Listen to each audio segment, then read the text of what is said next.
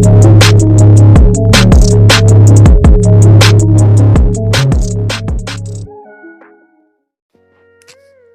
Насип айрым ичи бузук арам адамдарга теңелгим келбейт.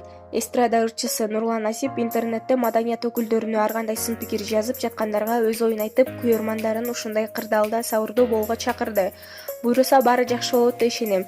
Кыргыз элибиз аман-эсен ушул илдеттен кутулуп чыгып кетсе экен. Анча-мынча интернетте маданият өкүлдөрүнө тийишкен ичи бузук арам адамдарга теңелгим келбейт. Кандай үйдө жашайбыз, кандай машина айдайбыз, чачыбызды кырабызбы, ал ар кимдин өзүнүн иши жана мээнети, эмгеги. Жаратканыбыз ар бирибизге маңдайга эмнени жазса, ошону көрүп Кудайга шүгүр кылып жашайлы деп билдирди пикирин ырчы. Булак аргумент KG. Ош облусунун Окат районунда коронавирус жуктурган маркумду туугандарынын катышуусу жок жерге беришти. Бул тууралуу Ош облусунун коменданты Малик Нурдинов билдирди. Анын айтымында, эпидемия учурунда адамды акыркы сапарга узатууда дарыгерлердин атайын эрежеси бар. Биздин маалымат боюнча 61 жаштагы эркек кишини 5-6 адам жана медицина кызматкерлери акыркы сапарга узатышты, деди. Ошондой эле маркумга жаназа окулганын кошумчалады. Мындан улам бардык жарандарды үйдө отурууга жана сабырдуулук менен чыдап коюуга чакырам. Адам каза болду, өлгөнгө туугандары катыша алган жок, деди Нурдинов. Бүгүнкү күндө Кыргызстанда коронавирус жуктургандардын саны 130га жетти. Булак элдик медиа. Бүгүнкү күндө Кыргызстанда 130 адам коронавирус жуктурганы аныкталды. Анын ичинен 5 айыгып, 1 киши каза тапты.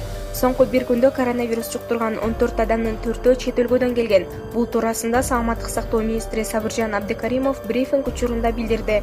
Ал эми 10 бейтап өлкө ичиндеги ич-ара байланыш аркылуу жуктуруп алган.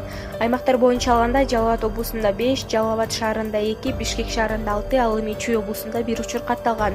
Ал эми жалпы жонунан ушул тапта Жалал Абад облусунда 61, Ош облусунда 30, Чүй облусунда 6, Ош шаарында 10, Бишкек шаарында 14, Нарын облусунда 4, Баткен облусунда 3, Ысык Көл облусунда 2 киши илдет менен күрөшүүдө.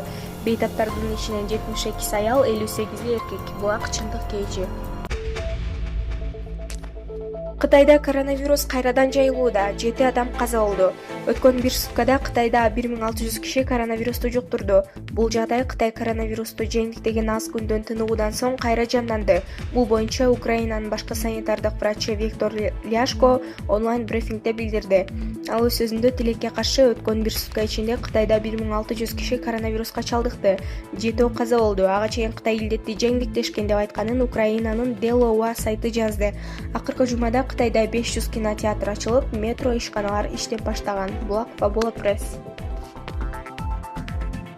Спортко коюлган акчалар! Чоң утуштар! Тез арада төлөмдөр! Ишенимдүү букмекер!